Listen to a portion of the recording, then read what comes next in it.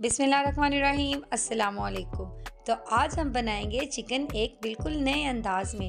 एक ही जायके का खाना खा खा के हम थक जाते हैं, तो आइए कुछ नया ट्राई करते हैं जो कि जायके में बहुत मज़ेदार होगा। ये डिलीशियस सी रेसिपी आपने ज़रूर देखनी है और इसको ट्राई भी ज़रूर करना है क्योंकि आपको बहुत मज़ा आने वाला है। तो आज की रेसिपी में मेरे पास है 1.5 किलो चिकन, जिसके लिए मैंने ले लिया है एक बड़े साइज़ का लहसुन, 2 बड़े साइज़ के टमाटर और 2 ही बड़े साइज़ के प्याज। इन चीज़ों को आपको चॉप करने की या काटने की ज़रूरत नहीं। इनको एज इट इज़ एक कढ़ाई में शामिल करके आपने तकरीबन 2 गिलास पानी डालकर बॉयल होने के लिए रख देना है। जैसे ही इसमें ज़्यादा से बॉयल आने लगे और पानी ऑलमोस्ट ड्राई हो जाए और तकरीबन आधे कप के बराबर रह जाए, तब आपने टमाटरों के छिलके अलहदा कर लेने हैं और इन चीज़ों को एक ब्लेंडर में डाल के आपने इसका एक पेस्ट तैयार करके रख लेना है। ये रेसिपी मैं आपको स्टेप बाय स्टेप बताऊंगी, आपने कोई भी स्टेप मिस नहीं करना और इसको प्रॉपरली फॉलो करना है। अब एक फ्राइंग पैन में आप लेंगे 4 से 5 सब्ज इलायची, जिसके दाने मैंने निकाल लिए हैं, 1 टीस्पून सौंफ, 5 से 6 लौंग, 1 टीस्पून सूखी मेथी और 1 टीस्पून जीरा शामिल कर देंगे। इन चीज़ों को तकरीबन 1 से 2 मिनट के लिए आप मीडियम फ्लेम पर रोस्ट कर लेंगे, जिससे कि इनकी नमी खत्म हो जाएगी और बआसानी इनका पाउडर तैयार हो जाएगा। पाउडर बनाने के लिए आप इसको हाथ से भी कूट सकते हैं, या तो अगर आपके पास ये मशीन मौजूद है तो आप इसके अंदर भी इसको ग्राइंड करके पाउडर बना सकते हैं। अब एक फ्राइंग पैन में आप तकरीबन 2 भर के चम्मच आटे के ले लेंगे और इसको थोड़ी देर के लिए रोस्ट कर लेंगे।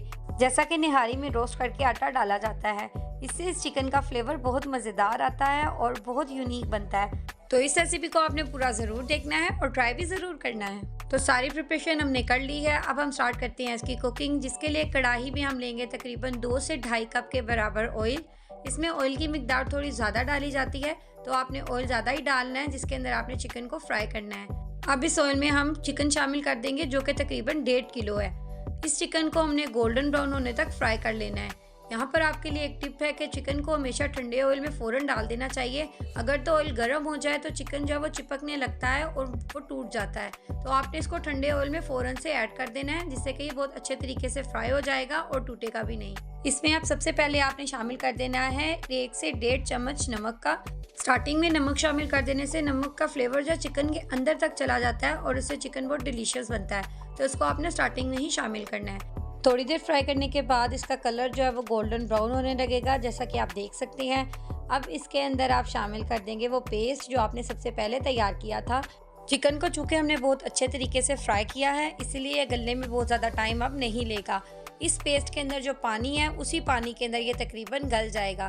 तो आपने अब इस पेस्ट के पानी के अंदर इस चिकन को अच्छे तरीके से गला लेना है और थोड़ी देर पकने के बाद इसके अंदर मैं आपको बताऊँगी फर्दर आपने क्या ऐड करना है। तो तकरीबन 20 से 25 मिनट हो गए हैं इसको पकते हुए। अब इसके अंदर हम डाल देंगे स्पाइसेस में हम शामिल करेंगे 2 चम्मच लाल मिर्च पाउडर के। चूँकि हमने इसके अंदर कोई मज़ीद स्पाइस ऐड नहीं करना, तो मिर्च की क्वांटिटी थोड़ी ज़्यादा रखी जाएगी। अब इसके अंदर हम शामिल कर देंगे थोड़ी सी हल्दी। नमक चूँकि हम पहले ही डाल चुके हैं, नमक अब नहीं डालेंगे। और इसको अच्छा कलर देने के लिए 1 चम्मच कश्मीरी लाल मिर्च भी डाल देंगे। अगर आपके पास ये अवेलेबल नहीं तो इट्स ओके, ये जस्ट कलर देने के लिए इस्तेमाल की जाती है।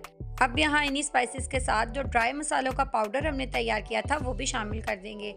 इन चीज़ों को अच्छी तरह से मिक्स कर लेंगे और इसको तकरीबन 5 से 7 मिनट के लिए मज़ीद पका लेंगे।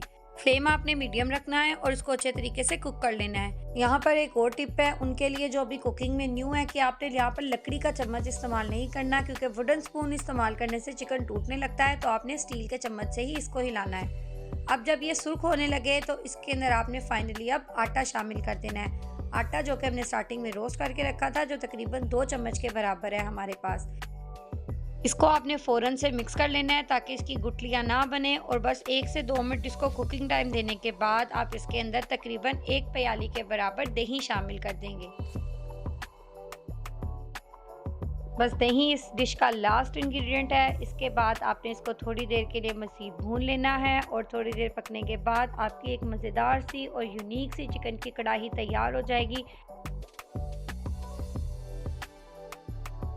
बिलीव मी, इसका फ्लेवर इतना मज़ेदार होता है कि सबको पसंद आता है।